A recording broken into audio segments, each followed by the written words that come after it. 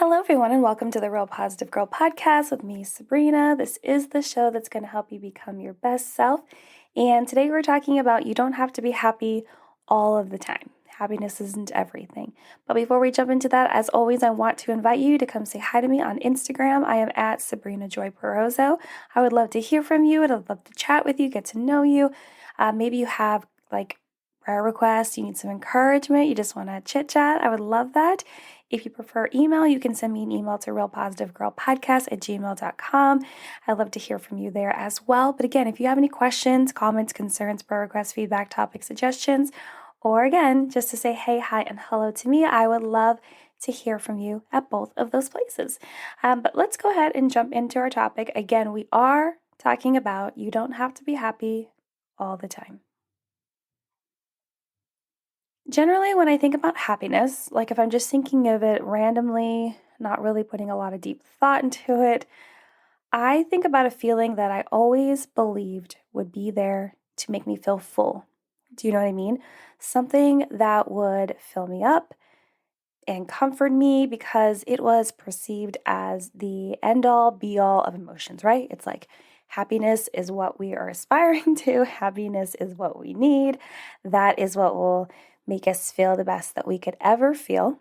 And if anything wasn't happy, we should try to eliminate it from our lives, which, thinking about it in the past, that seemed very reasonable. Thinking about it now, it seems very intense and over dramatic, personally, because it's just not everything. It's not, and I wanted to make sure that I did an episode about this because, I do have a couple episodes, if you look back into the archives, talking about how to be more happier and how to tap into happiness and things like that, which is great. It's helpful because sometimes we can get so stuck in negativity that we don't experience that much happiness at all, right? Even in the best seasons of our lives. But it's also important to remember that it's not everything. It's not everything that we need to aspire to. We don't need to break our back to have this idea of happiness when it's different, for everyone as well, which we're going to talk more about. But, the older that I get, the more I realize how complicated, as I just kind of went over, how complicated happiness is because it's not the same for everyone. Absolutely not. And it can be experienced on varying degrees, different levels. It's not the same, right? It's not just like, you're going to go to the store and you're going to buy this one box of happiness and it's going to fit and just, insert itself into everyone so easily. It's not. In the varying degrees part is so important because, when I was younger, it seemed like if you were happy, it was the top of the scale of positive emotions. I'm thinking about at the fair when you have that game where you take the mallet and you hit it down on that, I don't know, that metally surface and it will, depending upon how hard you hit it, it would shoot to the top, right? And it kind of made me think of that, this scale of the most positive, the highest of heights, and that there is nothing higher or more for you to achieve if you are happy, right? When in reality, which can be harsh and tough and overwhelming sometimes, but in reality, I can be, and you can be minimally happy, that base level happiness, or we can be mediumly happy, if mediumly is a word, or even more than happy, right? We can really be on top of the world, and more than happy can be seen as ecstatic or overjoyed, just so much positive emotions. It's not just one level of an emotion to have, it can be so many, especially depending on what's going on with you and around you, right? All of those, the environment that you're in plays a really big part into what your emotions are doing, right? And we can say that it doesn't if we just ignore what's going on around us, if it's negative or what have you, or the negative feelings that we're having in deep in ourselves. But no, whatever level of emotion that you're having is highly dependent upon the environment and what you're currently going through in your life. And, there are also expectations with everyone needing to be happy. There are. If you haven't really thought about that, think about that. Think about the expectations that maybe your family or your friends or your partner, your spouse, maybe even your kids are putting on you, or maybe that you're putting on these people, on your spouse, on your kids, right? To be happy. You might not think that you are, or you might not realize that other people are doing this to you, but they are. And sometimes they don't even realize they're doing it either, because it's this ingrained like function that we have to like, yeah, that's what we need to be. We all need to be happy. That's it. And, I believe it's perfectly fine to just be content in life, which is different than happy. Just like content, just fine, right? When people say they're fine and they actually mean it, it's not like I'm fine and you really are like literally dying inside. No, you're like fine. You're like, I'm fine, actually. Content is more accepting of life with a positive attitude, and happy, really, happy is more like excited about life. Like it's over the top. It's more, but content is still positive too. And then, like in regards to expectations of being happy, then there are the smiling police.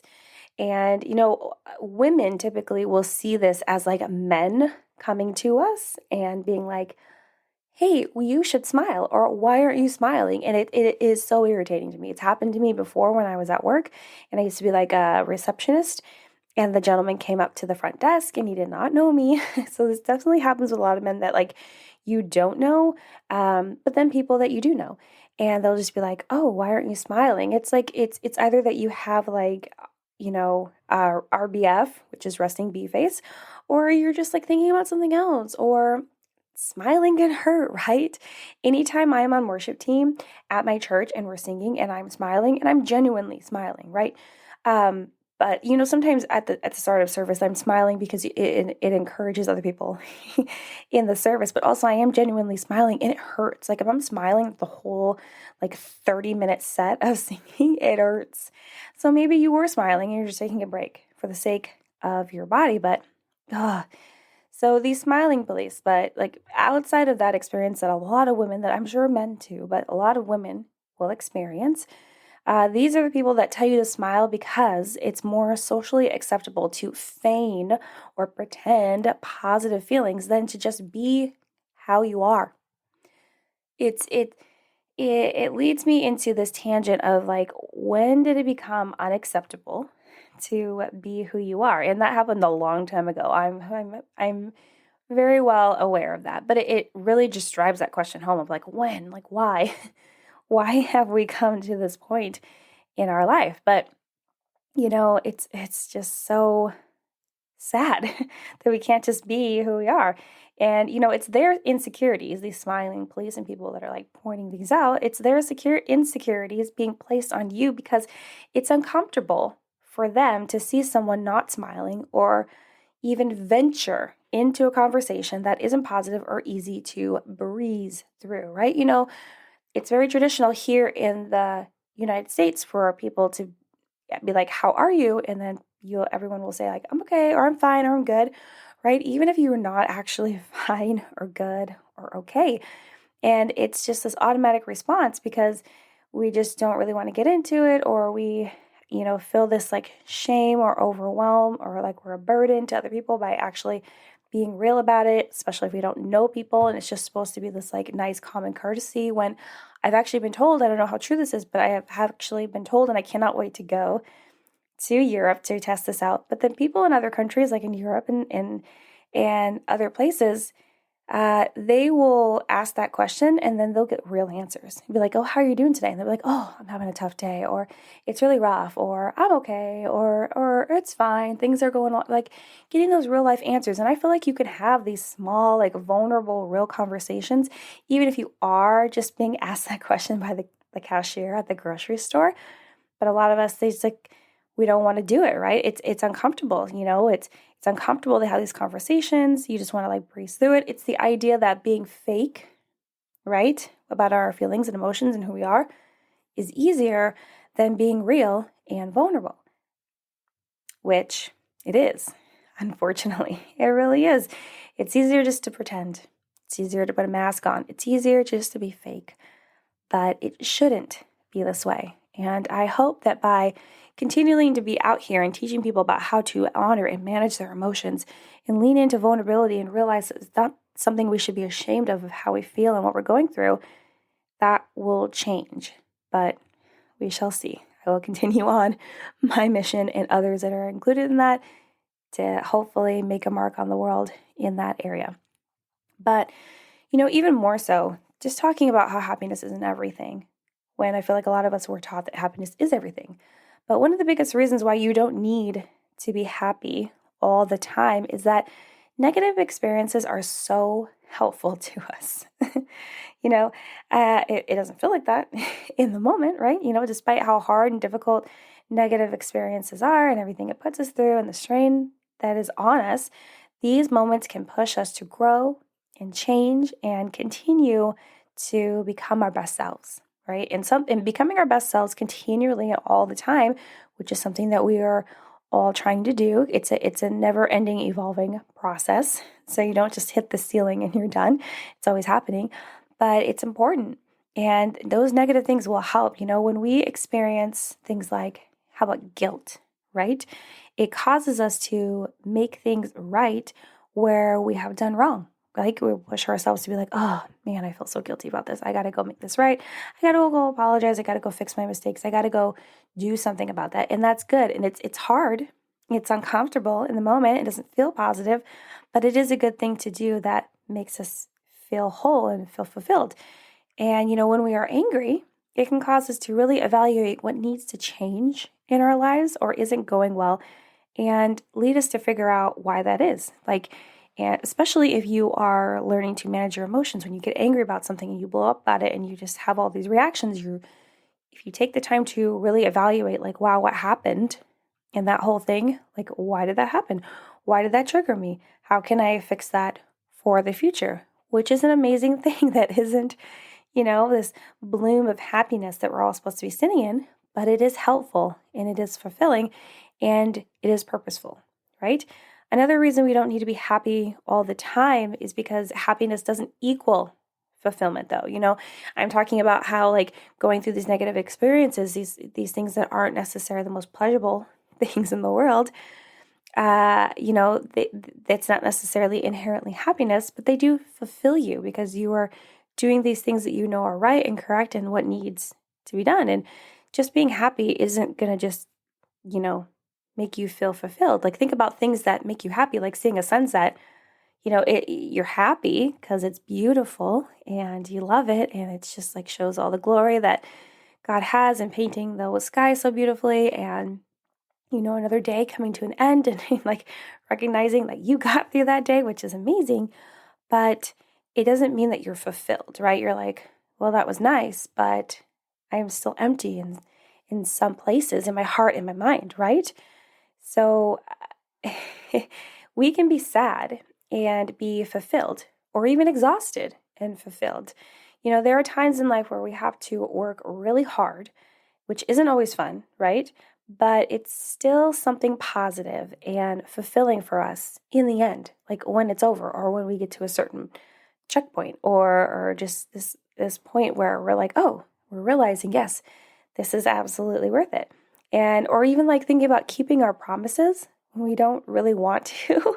When we've said that we're going to do something and we have to follow through with it despite how unhappy it might make us feel or how it's not going to be fun. But we promised. It doesn't evoke happiness, right? But we know it's the right thing to do, and that makes us feel good. And that lets us know we're doing the right thing, and that can be fulfilling. And the things that lead directly to happiness aren't always things we should be doing, right? Like sitting on the couch day in, day out, watching TV and eating unhealthy snacks. Yes, it's important to do those activities every once in a while, especially if you need downtime, that's fine. But that is like your regular routine all the time because you feel like it makes you happy. At some point, it's not going to make you happy because those things aren't going to add up to anything. You're not actually pursuing anything, you're not progressing towards anything. If anything, you're actually pulling yourself back because you're not being productive and you're also damaging your health, any sort of progress that you were trying to make towards anything because you decided to engage in that because in the moment it feels happy, but it's not real happiness, right? Or, taking from someone else for your benefit, even knowing it will hurt someone else, like that, even though you're happy, other people are happy, and that's not true happiness because you're really damaging someone else or being dishonest to get what you want. Like that's not uh, these things aren't like true happiness. And happiness can actually, as shocking as this might be, happiness can actually be selfish if it's based on getting only what you want, even if others are burned in the process. So it's not everything. It's not everything because there's a lot of people out there that are happy because they decided to step on someone else to get to that happy place. That's really, I believe, a facade because you didn't go about it the right way and other people are hurting in the process and it doesn't show any true growth or progress or anything that you can really be proud of because you did all of these damaging things along the way without feeling bad about it. And that could definitely lead to you realizing, wow, this isn't real, true happiness. But, I also want to make sure that we know we should never pretend to be happy, because, like, again, leaning on the expectations that everyone has for us, not everyone, but, I'm being like dramatic, but, a lot of people have for us. And we think that we have to be happy, so we pretend to be happy.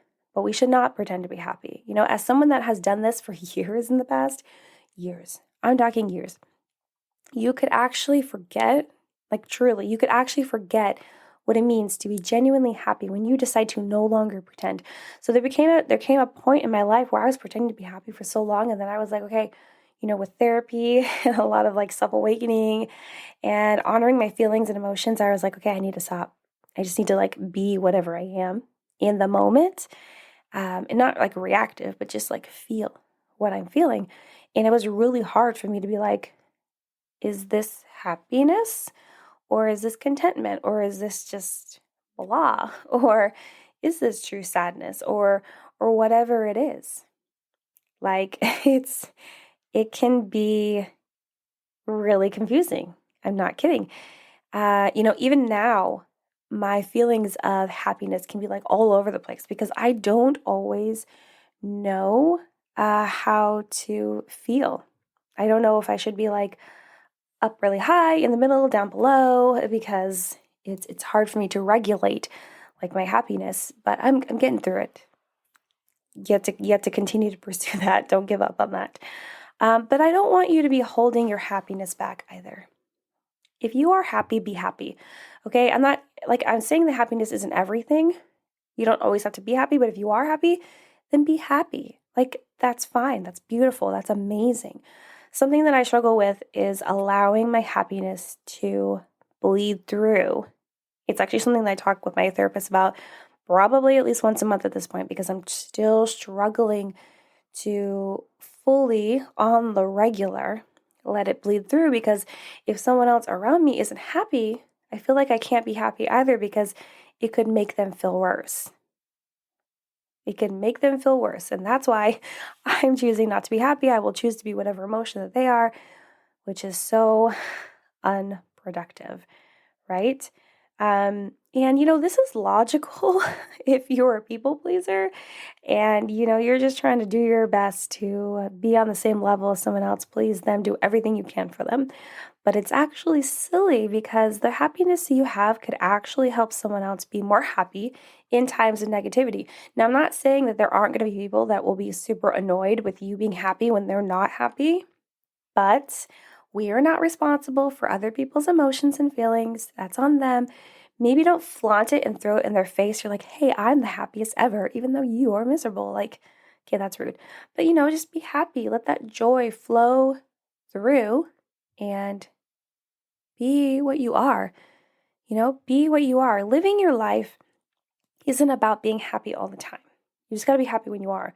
It's about being your authentic self and leaning into vulnerability and honoring your emotions, positive or negative, because you're going to get both.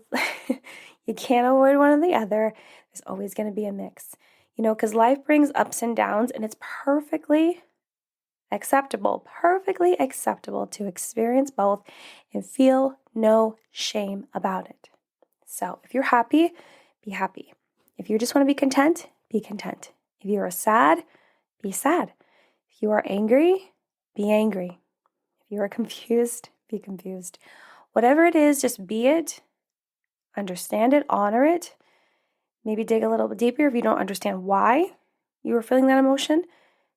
Figure it out, become more self-aware, and you'll be able to manage your feelings even more, even better, and really be more in tune with yourself and what triggers you and what causes you to feel a certain way and how to manage your reactions with those emotions and just live your best life, okay? So that's all I have for you today, and talking about how you don't have to be happy all the time, but you just need to be who you authentically are all of the time. So thank you so much for listening to the Real Positive Girl podcast again with me, Sabrina. I appreciate you listening, sharing, downloading the show. You guys are absolutely amazing. Again, come talk to me on Instagram at Sabrina Joy Perozzo, or send me an email to realpositivegirlpodcast@gmail.com. All of that information is below in the show notes. I love to hear from you. I cannot wait to get to know you. But until next time, have a good one, and I will see you next time. Bye, everyone.